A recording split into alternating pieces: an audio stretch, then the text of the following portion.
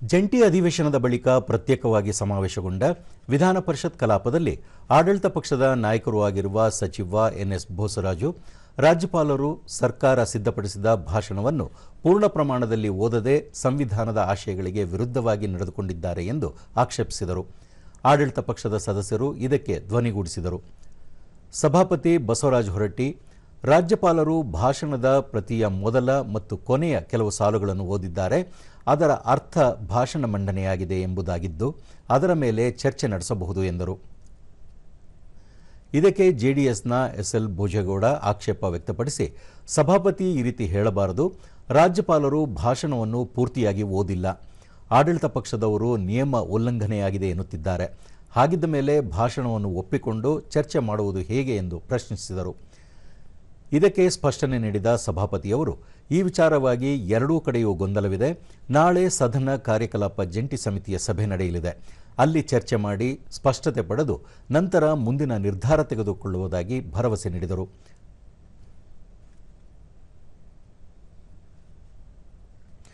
ನಂತರ ಇತ್ತೀಚೆಗೆ ಆಗಲಿದ ಮಾಜಿ ಸಚಿವ ಭೀಮಣ್ಣ ಖಂಡ್ರೆ ಅವರಿಗೆ ಸಂತಾಪ ಸೂಚಕ ನಿರ್ಣಯವನ್ನು ಮಂಡಿಸಿದರು ಮತ್ತು ಭೀಮಣ್ಣ ಖಂಡ್ರೆ ಅವರ ಜೀವನ ಮತ್ತು ಸಾಧನೆಗಳ ಬಗ್ಗೆ ಮಾಹಿತಿ ನೀಡಿದರು.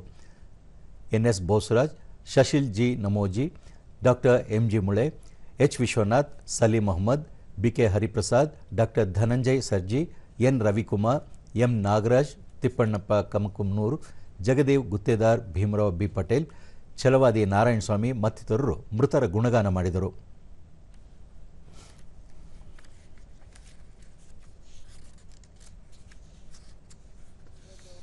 ನಾಲ್ಕಿಯ ಪುರಸಭೆ ಅಧ್ಯಕ್ಷರಾಗಿ, ಮುನ್ಸಿಪಲ್ ಅಧ್ಯಕ್ಷರಾಗಿ 6 ಬಾರಿ ಕಲ್ಯಾಣ ಸಂಯುಕ್ತ ಕಲ್ಯಾಣ ಏಕೀಕರಣ ಆಗಬೇಕಂತ, ಕರ್ನಾಟಕ ಏಕೀಕರಣ ಆಗಬೇಕಂತ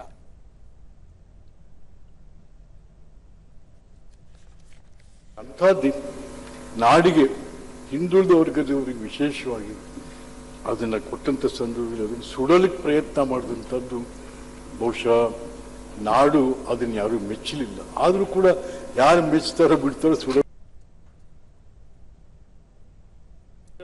ಸಪೋರ್ಟ್ನಲ್ಲಿ ಟ್ರಾನ್ಸ್ಪೋರ್ಟ್ ಮಿನಿಸ್ಟರ್ ಆಗಿದ್ದು. ಆ ಸಂದರ್ಭದಲ್ಲಿ ಬಸ್ಸಿನ ಸಮಸ್ಯೆಗಳು, ಬಸ್ ಪಾಸ್ ಜಾಸ್ತಿ ಮಾಡ್ತಾ ಇದ್ವು. ಅವಾಗ ನಾವು ಅವತ್ತು ಭೇಟಿ ಮಾಡುವಾಗ ನಾವು ಎಕ್ಸ್ಪ್ಲೇನ್ ಮಾಡುವಾಗ ನಿಜವಾಗ್ಲೂ ವಿದ್ಯಾರ್ಥಿಗಳ ಸಹಕಾರಕ್ಕೆ ಬಂದು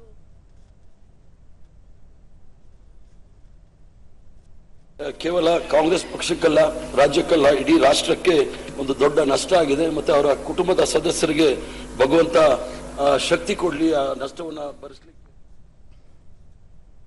ಕೂಡ ಮಾಡಿದ್ದಾರೆ, ಧಾರ್ಮಿಕವಾಗಿಯೂ ಕೂಡ ಮಾಡಿದ್ದಾರೆ. ಅವರ ಆತ್ಮಕ್ಕೆ ಭಗವಂತ ಚಿರಶಾಂತಿಯನ್ನ ಕೊಡ್ಲಿ ಅಂತೇಳಿ ಈ ಸಂದರ್ಭದಲ್ಲಿ ನಾನು ಇದು ಶೂಟ್ ಹಾಕಿದ್ರೆ ಬಹಳ ಟೀಕು ಟಾಕ್ ಆಗಿ ಇರ್ತಿದ್ರು. ಅಷ್ಟೇ ಅಗ್ರೆಸಿವ್ ಆಗಿ ಮಾತಿನಲ್ಲೂ ಇರ್ತಿದ್ರು, ನಡೆನುಡಿಗಳಲ್ಲೂ ಇರ್ತಿದ್ರು.